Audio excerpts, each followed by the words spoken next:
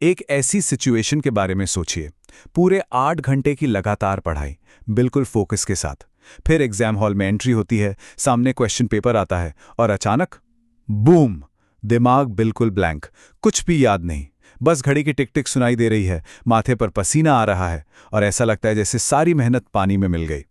आज के इस एक्सप्लेनर में हम बिल्कुल यही समझने वाले हैं कि आखिर ऐसा होता क्यों है और कैसे इस ब्रेन ब्लैंक वाली प्रॉब्लम को सिर्फ 60 सेकंड में फिक्स किया जा सकता है।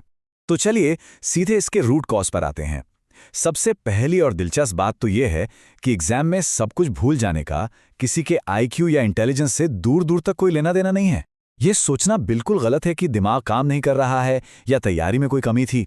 असल में इसके पीछे एक बहुत ही क्लियर और थोड़ी हैरान करने वाली बायोलॉजिकल रिएक्शन छुपी है। साइंस की भाषा में इसे एग्जाम इंड्यूस्ड रिट्रीवल फेलियर कहते हैं। होता क्या है ना, जैसे ही स्ट्रेस बढ़ता है, बॉडी में कॉर्टिसोल नाम का एक हार्मोन बहुत तेजी से रिलीज होने लगता है। अब इस कॉर्टिसोल को एक बहुत सख्त सिक्योरिटी गार्ड की तरह समझिए। ये गार्ड दिमाग के उस हिस्से को पूरी तरह ब्लॉक कर देता है जिसे हिप्पोकैम्पस कहते हैं।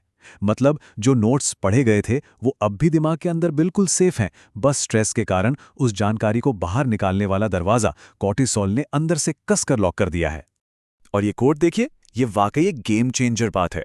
टॉपर्स के पास बेहतर याददाश्त नहीं होती, उनके पास एक बेहतर रिट्रीवल सिस्टम होता है।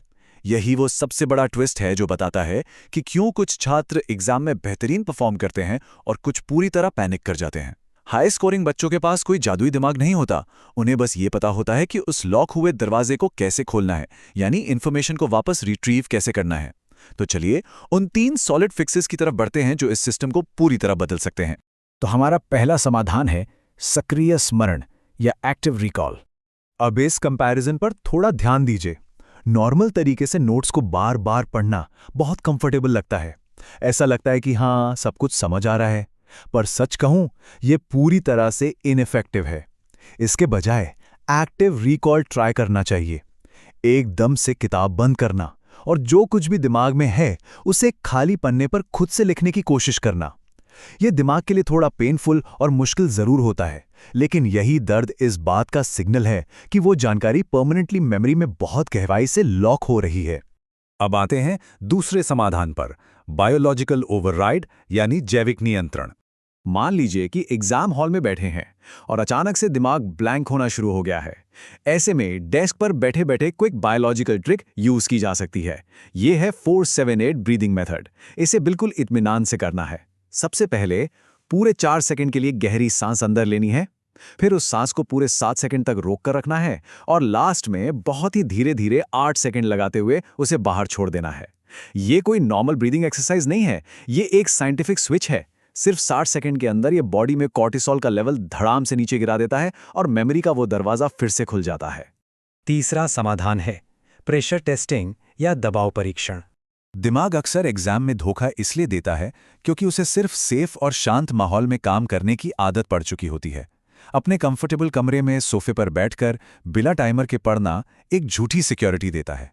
इसलिए दिमाग को थोड़ा डरा हुआ फील करने की ट्रेनिंग देना बहुत जरूरी है। मतलब टाइमर लगाकर बिल्कुल रियल एग्जाम वाले प्रेशर के अंदर मॉक टेस्ट्स देना।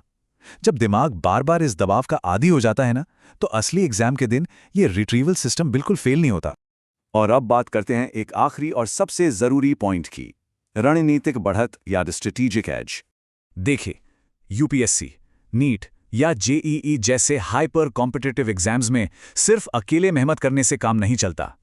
टॉप रैंकर्स सिर्फ हार्डवर्क नहीं करते, वो स्मार्ट और स्ट्रैटेजिक काम करते हैं। वो bestcoachings.com जैसे प्लेटफॉर्म्स के शानदार फ्री टूल्स का फायदा उठाते हैं, जैसे उनके फ्री एआई रैंक प्रिडिक्टर का यूज करके एग्जाम से पहले ही अपनी रैंक का अंदाजा लगाना, टॉप कोचिंग्स और इंस्टीट्यूट्स के बीच डिटेल में कंपैरिजन करना और फ्री डेमो क्लास बुक करना। ये वो स्मार्ट स्टेप्स हैं जो प्रिपरेशन को एक अलग ही लेवल पर ले जाते हैं।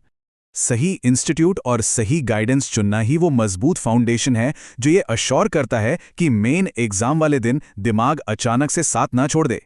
ये प्लेटफॉर्म सिर्फ एक टूल नहीं है, बल्कि एक ऐसा बेहतरीन रिसोर्स है जो उस खौफनाक ब्रेन ब्लैंक वाली सिचुएशन से हमेशा सुरक्षित रखता है।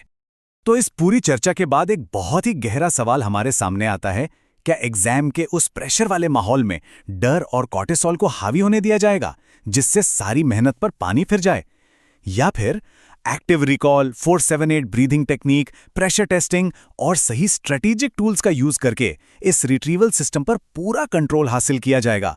ये चुनाव पूरी तरह से एक छात्र और उसकी तैयारी के तरीके पर निर्भर करता है।